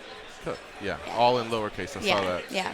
And on Twitter, that's what I meant to ask you was on Twitter. You just hadn't tweeted in a while. Yeah, but maybe I just need to get back on there. Are you still on there? Yeah. Was that on a line or? It's like a news thing now though, and like business and right? Well, we have to promote our business. So No, we I know. promoted at Stitch Duran. You have a job? Yeah. Oh, God. Wait a minute, is this a roast? Why is everyone coming at me? What do you think brings the towels at Wet Republic? I'm kidding. Love you All right. guys. Thank you. Well, thanks for Thank you stopping for by. having Is there me. anything else you have going on, a website or anything you'd like to promote? No. When I get all that, I'm getting a website going again soon. So when I get that up, I'll come back. I'll come back on and update you. Very cool. So, yeah, no, just anytime you want to Instagram. come on, let us know. We'd love to have you. Okay. Maybe even co-host an entire episode like Stitcher. He's here Sure. for, the, Yeah. for the whole 2 hours. 2 hours? 2 hours, Well, yeah, he's more started- knowledgeable on everything anyway, and he's been around. He's awesome. Follow her on Yeah. Instagram at Steph and Cook. Wait. Yeah, at Steph and Cook. I got that right. And thank you, Stephanie, for coming by and everything. Thank you. Great. Thank you for having me. Great stuff. All right, folks, we're going to take a commercial. You're listening to MMA Junkie Radio on Sirius XM, Rush 93. Stitch Duran in the house.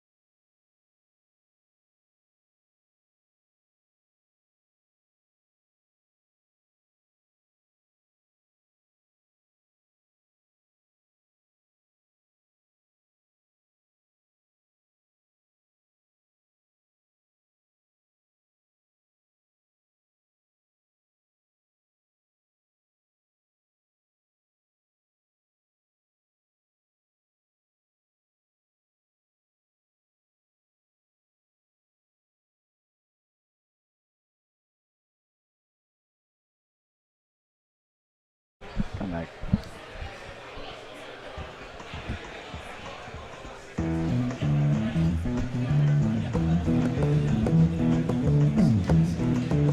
They were forged from the same ball sack, but act as though Weldon. they've never met. They are the brothers Garcia, Gorgeous George and Goes.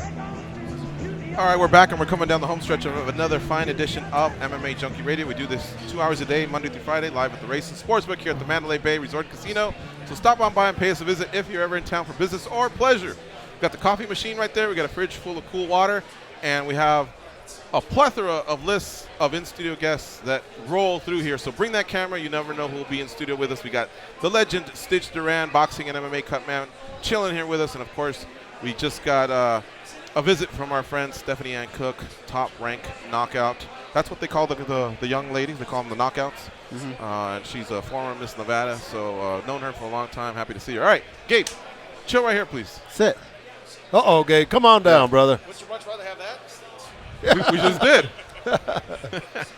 All right, so this is my buddy Gabe. I've known him for a long time. We literally played Mighty Might football together. Wow. Yeah. That's right. And was that 20 years ago? So at least since the age of 8. So we're going on 40 years of friendship. Known him through high school and everything. When we started the show, we had a chat room, and there was a guy called Donde Está Skinny G, right? And I was like, who the fuck's this guy, you know?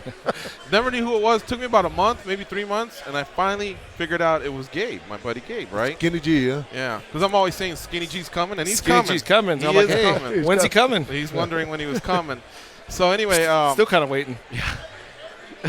So anyway, he's literally been there for Tag Radio days with Frank Trigg. You know? He's done a lot of artwork for us as well. Episode 1. Yeah. And in fact, Goes, do you have the recent artwork that he did for the Junkie Gathering? You want to see it? Yeah. Can you show it on this back here?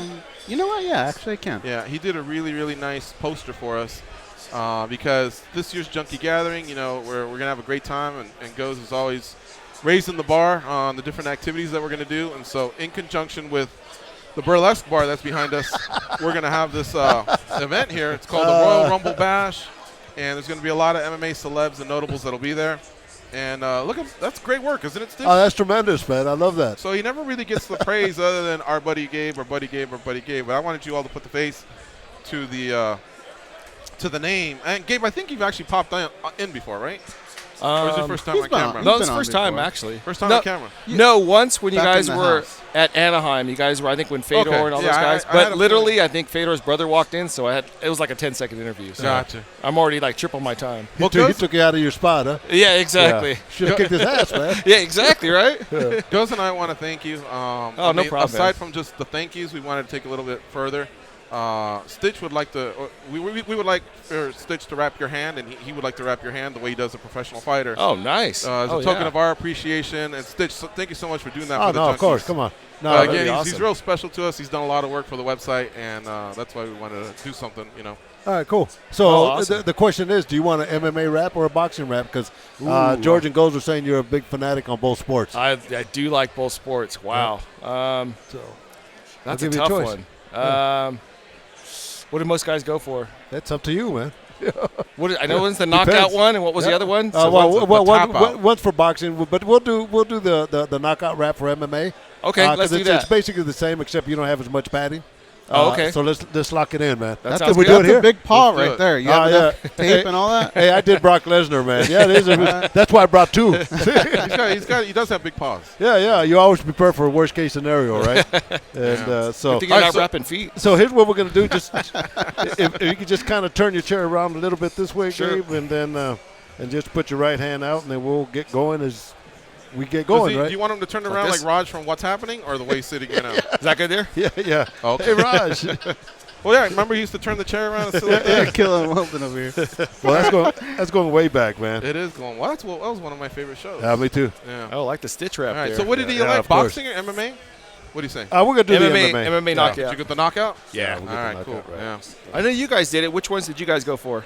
I went for the knockout. Yeah. Too. There we go. Same thing. MMA Just knockout. keep it open. There we go. Afterwards, here we go. we'll look for some drunk guys from the back east. And Yeah, see if it works, right? We'll put it to the test. Yeah. In the meantime, you can call in 866-522-5792. 2846 if you want to discuss the possible McGregor and Mayweather fight. It may be going down. It's getting a lot closer. What used to be, we're miles away, we're planets away, is now becoming a matter of probably days away from maybe an announcement, months away from it actually going down. Unfortunately, I think it's going down. Yeah. Yeah, who would have thought, right? You know, I mean, I was thinking that, it's never going to happen. It's impossible, but now it seems to be coming into fruition. Amazing, right? Yeah, it's crazy. Yeah, definitely. How's that feeling, Gabe? Feels great. Yeah? As Forrest says, it felt so good he could punch his mother. I could punch his mother, too. See you later. Thank you. Did you? Oh. Let's see here. The knockout one. The knockout one versus the submission. And the difference is, Stitch, for any new fans, explain the difference between the submission and the knockout. Yeah, well, the knockout wrap, I'll lock it in more. I'll protect the metacarpals, the thumb, the wrist, the knuckles, because, they could go out there banging. Obviously, the tap-out wrap is more of the, flexibility so that you guys could grapple a little bit. So, but I'll give Gabe the knockout wrap just so he could go out there and punch somebody, huh? Do we have a rough number, Stitch? I think we've asked you this before, but how many wraps you feel like you've done? Man, if you had to take a guess. 10,000?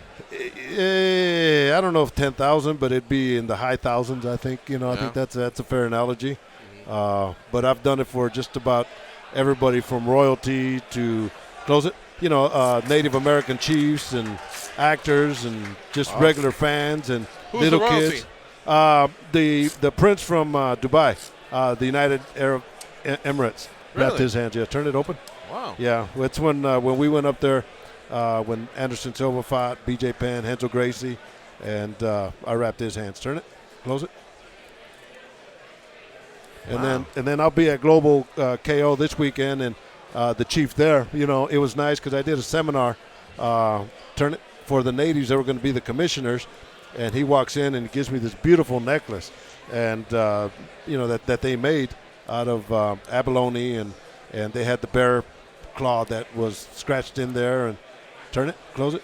So I figured, how do I reward a chief, that just gave me something of honor? Right. So I wrapped his hands like a fighter. Mm-hmm. And I tell you what, we've been best friends ever since. Abalone. Abalone's what he gave you? Yeah, abalone. Close it. Abalone. Yeah, but it was pretty nice. I was going to bring it today. So I'm you surprised guys he can didn't see take it. the gift back. Yeah. So anyway, I'll be there, and that's what's open. What's the highest ranking? What's Close the it. highest ranking military official you've wrapped, Stitch? Have you done a general? Or just I know you've done the colonel. Yeah, the colonel. That was the highest. Yeah, open. Yeah, it would have been nice to do a general or to close it, wrap a general. Did you know that General Dunford, who we met in Afghanistan, is now the chief of staff for national defense? Something like that? Like he's really high. I think he's the highest ranking military official. Yeah, he is. Than the president. Yeah, no, absolutely. The president's the one that can give a final order. But aside from that, yeah. Yeah, and it's great every time I see him. I think about that moment when we were in Afghanistan and we got to meet him, and it was a special moment for all of us. Yeah, definitely. So Gabe's got some paws on him, doesn't he? Yeah, he does. Nice, solid shots, man. He could do some damage with these. Especially with this wrap. Yeah, we don't want to find out. Yeah, we'll find out. Hey, Gabe, you want to tell the street fight story when you were coming over the border? He is the statute of limitations. Come on, man. That was 30 years ago. I think you're good. What happened, Gabe? Come on, man. We're talking war stories now. Actually, there was another buddy of ours that was here. He was actually coming from Mexico to USA, but I want everyone to know he was doing it legally. So. Yeah. We were down in Mexico, hitting TJ up, hitting all the bar open. Close. Yeah, open. Yeah, it's what everybody did, right? Close. Yeah, so we were down there in Avenida Revolucion, of course. Yeah. Just keep it close. Keep it close, all right. Anyways, we were down there drinking, having a good time. There was 4 of us all together. We're on our way back from the border, back to the U.S. side. So we're walking across the bridge, and we hear this guy behind us just start yelling, and we couldn't really understand what he was saying. And we kind of turned around, he must be yelling at somebody else. But then it turns out he was yelling at you. Cursing us. Yeah, he was yelling at us. We're like, what the? I mean, we were drunk. We were ready to go. So we're like, nah, he can't be yelling at us. Well, anyways, as they got closer, we all kind of squared up. It was, I think it was 4-on-4. And one of their guys, who was kind of was kind of out there.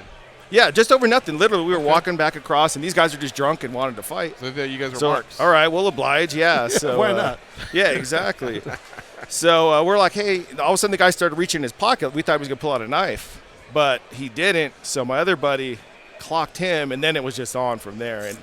And so two of the guys went at it, and the other guy, I'm like, hey, dude, you don't want to go at it. Next thing you know, he's grabbing my shirt, and so I just started swinging. I just remember throwing him down and we're just throwing punches at his head.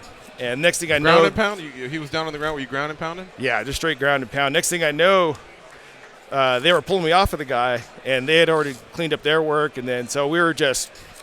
And that was basically it. It was a quick fight, but the guy kind of messed with the wrong people, Yeah. It was pretty much. But you never found out what it was about? No, the guys were just mad about something and just wanted to start a fight. So this was a case of you guys minding your own business. We were literally you never know who's gonna literally minding our own business, and we actually almost got in a. We almost got in a fight with the federales while we were down there. And I was going to ask now because they are you guys the troublemakers or are they? Are? No, what it was this. Well, here's the thing, Gabe. You just can't be grabbing the strippers when you're down there. The federales will. Well, I don't know about that now. Well, no, it actually happened. This might actually be a better part of the story. I'm saying you can't grab them in their dressing room. Well, we went down to one of the bars, where you walk in, and we kind of checked it out, and we're like, we don't want to drink here. So we ended up walking away. Well, little did we know, two of us walked away, and the other two, we turned around, they weren't behind us. So we're like, what's going on? So we turn around, and the federales have, wow, this is how's that feel, man? This feels fantastic. That's the knockout rap. There you go. That's what the MMA fighters go to war with. Wow. So they have this moment when they're in the back, when a lot of them come in with their suits, and then the Dre beats. You see them walk in, but then they get in there, and as you get closer and closer, a lot of fighters have said, "I'm still comfortable with nerves, but I know it's on when Stitch wraps my hand because there's really no turning back at that. No turning back. This is. I know I played football before, getting my ankles wrapped. I've never had anything with the hands, and this is just. Feels almost like it literally is a weapon. It is a weapon. Like a brick. Like a weapon. Yeah. Wow. You just attached a brick to your wrist. Wow, so what I'll do when the show's finished, I'll cut it off, tape it up, and then you'll have it as a souvenir, man. Awesome. So thank you. Thanks really for all the help you've done for George and Goals. And thank you, hey, Stitch, if you ever need something done, hit me up. Seriously. Of let me know. course, yeah. I did his. I don't know if you ever. I did a mock of your book, your first book that came out, was from the garden. From the fields to the garden. From the fields to the garden. That's why my idea was I put from Mrs. Fields to the Olive Garden. I put George on there. He's the one that did the book. Yeah, yeah. I remember that from way back when. So no hard feelings. Yeah, George is a great sport. I mean, we all. On the chin. Yeah, we all. No, that was awesome. Yeah, I thought that was great, man. But let me know. I'd really love to do something for you. I mean, hey, you hook me up with the rap. I'll hook you up with some graphics or whatever you need. Seriously. I appreciate it, man. Thank you very much. All right, we're going to go to commercial. You're listening to MMA Junkie Radio on Sirius XM Rush 93. We'll be back in a few minutes to close up shop.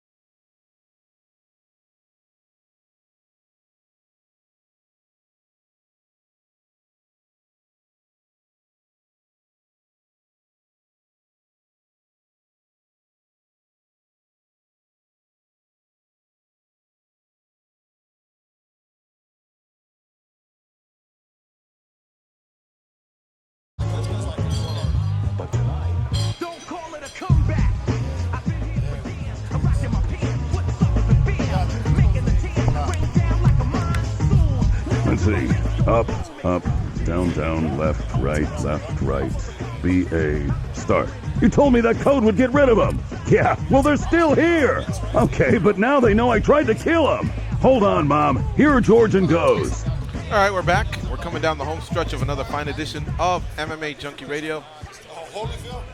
We have a show scheduled for tomorrow. Brett Okamoto will be in studio with us, co-hosting. He's from ESPN. So he'll be hanging out with us. Might have another surprise guest. Surprise even for you, Goes. Yeah? In studio? In studio. Really? Working on it right now. So, hop on by, stop on by. Look, I can't guarantee a seat for everyone on these 2 particular days because it's a packed house. But, any day of the week, if you want to come by, there's usually a few seats here for everyone to chill. So definitely come out, hang out, and let us have a chance to meet you. We got the water, we got the coffee. Maybe grab some Starbucks, whatever, man. We just like to hang out and meet a lot of the junkies. You guys make a big commitment to us 2 hours a day, and it means a lot to us. So it's the least that we can do. That's a huge commitment, George. You know how many other shows there are? I don't even give that commitment to family and friends. 2 hours, really, in a day. Yeah. I don't sit down and talk. I talk to my mom for about 15 minutes. Dad about 10. But they. Thank you, man. Thanks for everything. You guys take that time to listen to us, and we really, really appreciate that. It means a lot. Yeah, no doubt. We're just 2 monkeys doing a radio show. Thank you, Stitch, for doing that. Yeah. Welcome back, Stitch Duran. Well, we're coming down the home stretch here, Stitch. What are your next travels? I know that in late April you're in London. Fill us in on the gap in between now and then. Yeah, I like I said, I have Global KO. Yeah, Northern California this weekend. I think next week I have Invicta, Bellator. Let me see here. And Invicta, you don't wrap hands that big, right? No, not that big at all. Yeah, Invicta, Bellator, and then April the 1st, I'm working with a young kid, Damian Vasquez. Baby Chumanov fights boxing April 7th here in Vegas. Andre Durrell has boxing on the 15th, and then I go to Crete for Carla's wedding. Okay. And so then from there's there, something going on every week. Yeah, and then from there I'll go straight to London for the Klitschko fight. Do you normally wrap Rampage and King Mo, or do they have their own guys? No, I wrap them both. Okay. And King Mo for sure. But Rampage and normally I've done them both. And that's a good thing about my job. I stay neutral. I'll get you guys ready for battle. You guys go out there and do what you got to do. I mean, I've known him for a long time. I played football with him. I've lined up. We've hit each other, everything. Basketball, so I know how strong Gabe is. I would not want to get punched by Gabe, even without the wrap. With the wrap, he'd probably murder me. But imagine what it's like to get hit by Quentin and some of these other guys that are professionally trained to do it. So they're bigger, faster, stronger, and then they have the ability to turn. And it's just a fucking nightmare that I don't ever want to deal with. And the thing about King Mo, his boxing skills have gotten way better. He works with Jeff Mayweather, Jeff Mayweather, and he's done a good job, man. So I'm looking to a good fight. Mm-hmm. Yeah, no, I'm still in awe of what they do to each other when they're out there. I mean, that's the skulls that are cracking and everything is just. And then the thing about it blows my mind. I mean, I've done hundreds, probably thousands of fights, but it still blows my mind the athleticism that these guys have, the warrior spirit that they have, and then how nice they are. Yeah. It just blows my mind. And all that said, how about the fact that it's pretty safe still? I know that there's a big highlight on weight cutting, and they better get a grasp on that because it's costing them fights. And I think a lot of athletes can put them, they can jeopardize their lives. When I hear kidney failure and stuff like that, that's a bad thing, man. So anyway, I know there's a highlight on that. I know there's a highlight on TBI and the concussions and everything. But let's stand back and also give a hand to the fact that the sport has been relatively safe for 23 years, and as many fights as there are. You just named an event. I can name off a bunch of events that no one's ever heard of. There's events every week happening all over the world. But MMA's held its own in terms of safety, man. It has, and as they say, in boxing you have the long-term injuries, and MMA you have the short-term injuries. But in all fairness, I've noticed some of the fighters through the years I've been in the mixed martial arts where their pattern of speech has taken a different turn. But I know Manny Sobral is one of the boxers I used to work with out of Canada. Is here in Vegas, and he's here doing CAT scans because they're working on programs where they're going to get a baseline on these fighters and see through years how the progression of dementia or anything like that has affected them. So I think, on the medical side, they're working on it to make it better. The biggest thing is probably the dehydration, getting ready for the weigh-ins. That's probably the hardest thing. And I remember Mike Pyle, I walked into the MGM one time, and he's in the gym or in the restroom, and he has dry heaves, and I kind of pinch on his arm and just stayed there. He was so dehydrated, so that becomes a major issue. It is, man. Look, I know that all the fighters are aware that there is going to be some consequences. It's a tough sport to prepare for. Physically, those camps are ridiculous, and then the fights themselves, they do have some outcomes. But, the human body's amazing, and the way you can be all lumped up and bloody and bruised, and in about a week or so, you start clearing up and you're back to normal. The stuff with the brain, of course, the studies are still coming in. Who knows what's going to come out of that? But I talk to a lot of these fighters all the time. They know how dangerous the sport is. They're out there. They love it. They're getting paid. I just can't believe we're a part of history like that. To see it from its infant stages. I mean, there is no back when Babe Ruth was alive. We didn't get to see it. We got to see the birth of MMA in front of our own eyes. That's amazing. It's crazy, man. And I remember when I first got into it, I didn't understand it, and and I probably still don't understand a lot of the grappling techniques. And but these guys are superb athletes, and the skill level that the guys in boxing say, well, there's no technique. Yeah, there is technique. When these guys are on the ground, they're doing something and preparing. They're 2-3 moves ahead of themselves and preparing for something. So there is a lot of art to what they do. Have people ever guillotined you or darce choked just to show you what's up? Or have you ever messed around with that? No, but I'm gonna get put to sleep one time just to see what it feels like. Yeah, I think that'd be interesting. Does it? What about the leg kick? You taking the leg kick yet? Oh yeah, well I've taken kickboxing was my game, so I've taken plenty of leg kicks and okay. So it's more on the grappling side. Shin checks. Yeah, the grappling is what I'm lost at. So Gold, you don't recommend it, huh? No, I recommend you do it at least once. But who would you pick if you could have somebody put you to sleep? Well, you know what, Vitor Belfort. He's good friends of mine, and I know he wouldn't be there to go beyond what needs to be done. So I would have a lot of confidence on Vitor putting me to sleep. Yeah, in fact, your roots are deeper, would you say, with Muay Thai than boxing? It came across your life first? Yeah. The kickboxing Muay Thai, that came across first, and then I got into boxing just to improve my hands, and from there I went to coaching amateurs and then pros, and then I had my own school of kickboxing, so all that evolved into me being a cut man and working in the UFC and mixed martial arts and boxing and kickboxing.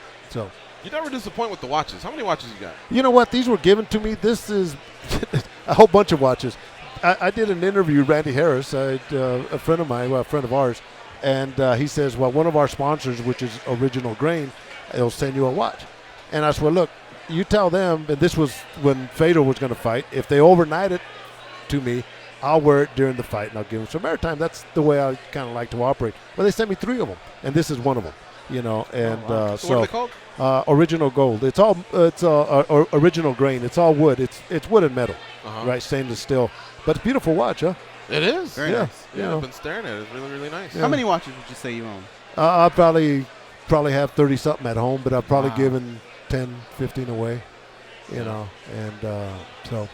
Well, we are going to get wrap up pretty soon, so. I thought you said you were going to give me a watch, man. No. We'll give you. There's a clock over here somewhere. Are we getting ready to wrap up? What time is it? Oh, I'm going to watch. Oh, can't tell it's you. about 6 minutes to. Stitch, what would you like to plug before we get on out of here? What you have, coming up with the 86ers or any of your other sponsors you want to give up to? I want to give the 86ers. Well, first of all, Walter McVeigh is a good friend of mine from Ireland. He's tuning in, so I want to throw out a quick shout out to him. Walter's awesome. Yeah, Walter's a good man, but the 86ers have been really good in helping me get where I need to get on the social media part and all that, and they've designed a couple shirts and they're coming out with the 3rd series, but they're good people because they're out there. We went and they sponsored the Paraplegic Olympics, and we were part of it. I went to it and got to help out. And then when Bernard Hopkins fought Joe Smith, we went out and fed the homeless. So, outside of just the apparel and all that, they go out and they give to the community. But I want to give a big shout out to them because they've been real supportive. I like the video they put out of how they make your shirt. That was pretty cool. Yeah, it was pretty awesome, man. Yeah. So I got to get you guys some of those shirts. Double X, I will. Double X, yeah. I know. But when Skinny G comes, it'll be at single X. All right. I'm a medium, but I like the baggy look, so okay. I go up to XL. Just Make to sure be cool, fit in with the kids. Make sure we can get that handled, man. thanks for doing the show as always. Oh, no, anytime, guys. It's And, always a pleasure. Safe travels out there. You got a busy schedule ahead of you. Yes. And then giving your daughter away, and then the big show in Wembley. So hopefully we can catch up afterwards. You can recap all that for us. We'll do that. All right. Looking forward to it. Cool. What are you going to tell homie, by the way? When homie walks up, you going to whisper something in his ear like, don't fuck around, man. Yeah, I already did. Don't mess around. I already did. did? I already put a knife. back I already put a knife right to him. I say, hey, man, one of my biggest fears involves to get stabbed. It's not a good feeling. Yeah. Tell take care of my daughter. Tell homie Stitch don't play that. Yeah, Stitch don't play. Yeah. All right. No, seriously, congratulations to Carla and homie. They'll be getting married next month. Stitch will be there. He's got his travels going ahead. Wembley, it's going to be incredible. We'll get him back when he's done with all that. And, folks, I want to thank Stephanie Ann Cook for stopping by. Top Rank Knockout. Stitch Duran, of course. All my buddies hanging out. We'll be back tomorrow. Brad Okamoto will be co-hosting. We'll do it again. Until then, be champions. You'll never be the same again.